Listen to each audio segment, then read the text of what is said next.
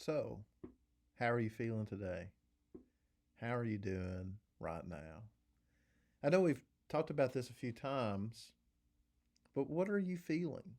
Like, how are you doing during this time of quarantine, during this COVID that has us all in our homes and a bit socially isolated if we're not careful?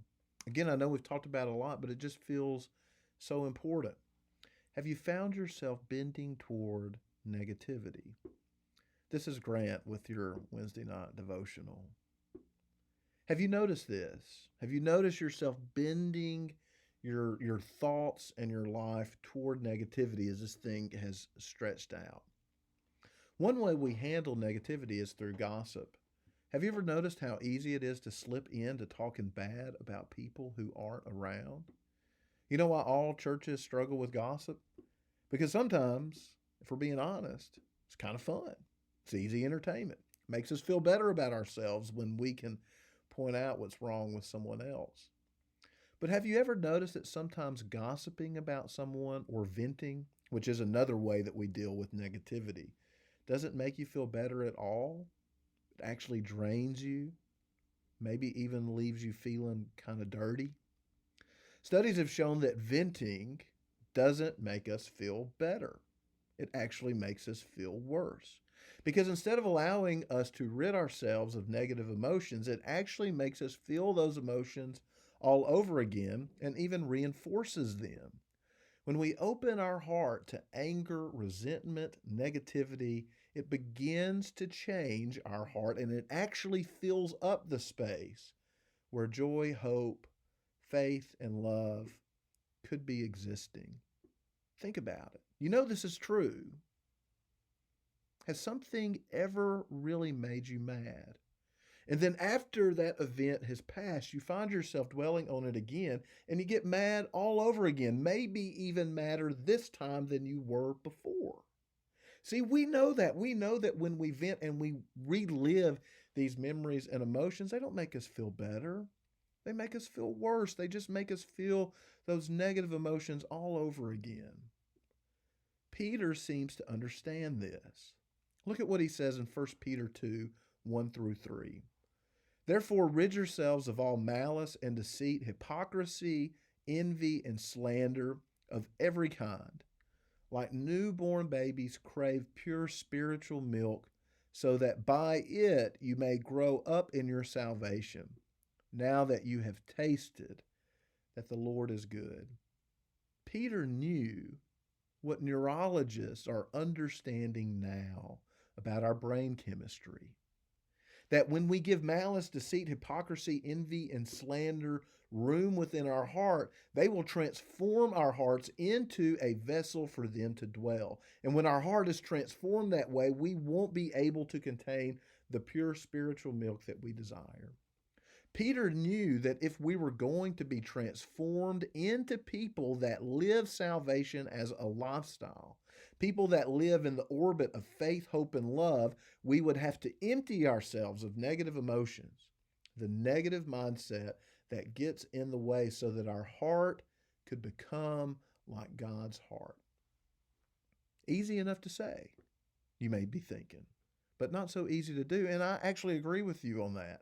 So I want to give you a practice that can help you release some of the negative thoughts and emotions that you want to get rid of, but just can't seem to kick. This practice is called the welcoming prayer. What we often do is try to ignore these negative feelings to act as if they don't exist. And then what happens as we're trying to keep them at bay is that instead of receding, they are building and growing.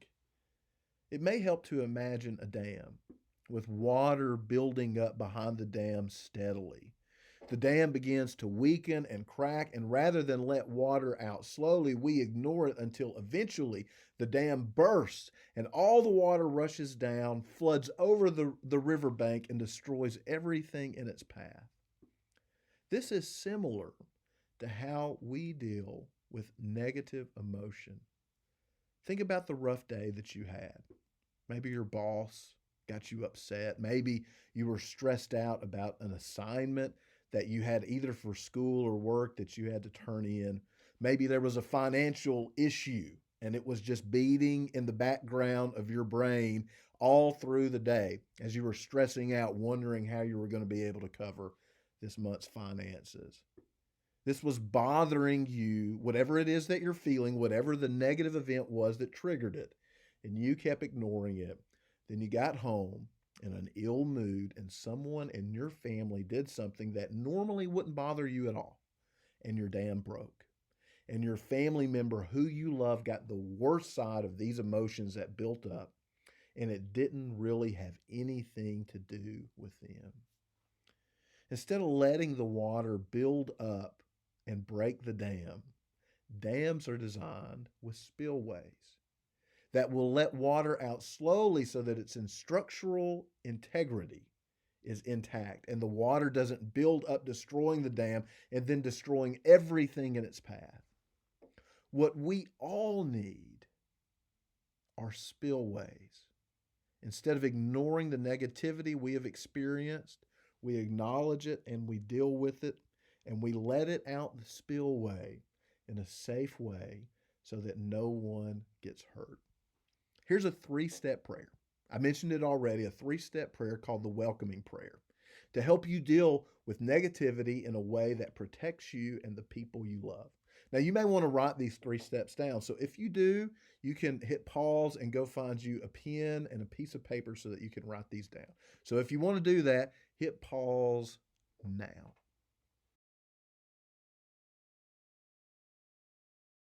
Welcome back. If you've got your pen and your piece of paper, now go ahead and get them out. And I'm going to tell you the 3 steps for you to write down. Step 1 is focus and let it sink in. Step 2 is welcome it. Step 3 is let it go. So one more time. Step 1, focus and let it sink in. Step 2, welcome it. Step 3, let it go. So step 1, I'm going to take you through these steps one at a time. Step 1, focus and let it sink in. Basically, what you're doing is acknowledging what's really going on. You can't protect your dam if you're ignoring the water that's building up. So what you want to do is fully acknowledge the situation that you're in. Why is it that you're upset? What has created this negative emotion?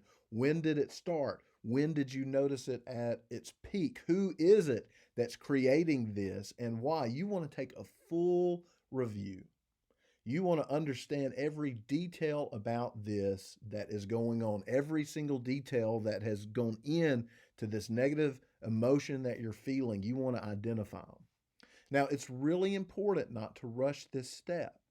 You want to stay in it until you've done a full appraisal of whatever negativity that you're feeling and why. Now, I know this is counterintuitive, but just hang with me and I think that you'll see where we're going with this. Step 2 is welcome it. And this is another step that's counterintuitive. So after you have fully identified the negativity that you're experiencing, after you have made a full appraisal, you want to allow yourself to sit in it, to fully experience whatever negative emotion that you're feeling, whether it be anger, anxiety, sadness, envy, whatever it may be. It may even help to say, to literally say to yourself, anger, I welcome you. Anxiety, I welcome you. Sadness, I welcome you. What I want to point out is this is not permanent because we recognize that these are negative things that we don't want to feel. But what you are actually doing is allowing yourself to be present with the emotions you are already experiencing. This is about being in reality.